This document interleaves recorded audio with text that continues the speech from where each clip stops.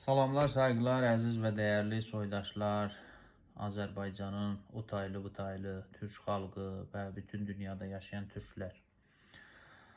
Sizdən fəqət bir xahişim var, lütfən əlinizdən gəldiyi qədər bu videonu paylaşın, çox önəmli məsələdir. Xahiş edirəm, əgər Güney Azərbaycana sevgi və məhəbbətiniz var, sayğınız var, bu videonu paylaşın.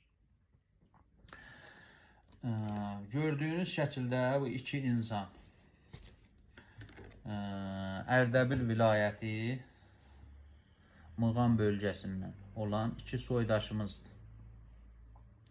Keçənlərdə etirazlarda şirkət edirlər bunlar.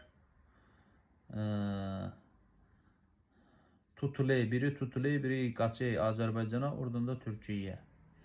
Bu bıyıqlı adam adı İsmail Xanidir. 43 yaşında. Əlbəttə bunlar iki qardaşlar, ikisi də qardaşlar. İsmail Xani 43 yaşında tutulur, təxribə əmvali ümumi ilə müttəhəm olur və 20 il həbs cəzasına verir.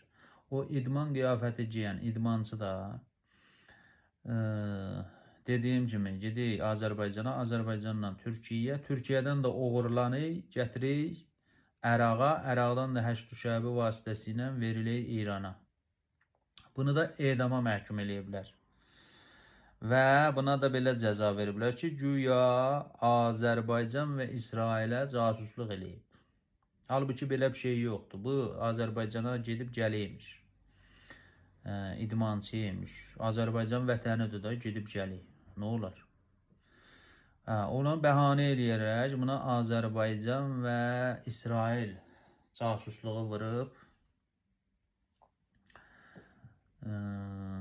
edama məhkum eləyiblər. 30 yaşındadır.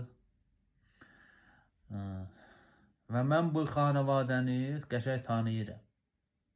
Mən də o bölgənin adamıyam. Bunlar ailəcə İnşaat işi ilə məşğuldur. Belənci beton, armator, belənci bina işləri ilə. Yəni belənci şeylər onlara yapışmaz. Etirazat olub, çoxlu insanlar orada etirazda şirkət edib, bunlar da gedib etiraza qatılıb, belənci olub. İndi mənim sözüm bilirsiniz nə mənədir, kimədir? O Azərbaycan TV-lərində oturublar, soydaşlarını bəhanə eləyirlər. Elə orada 40 milyon soydaşımız var. Amerika onları bombardıman edir. Xeyr, Amerika bombardıman eləmir. Amerika İran terror rejiminin terror mərkəzlərini bombardıman edir.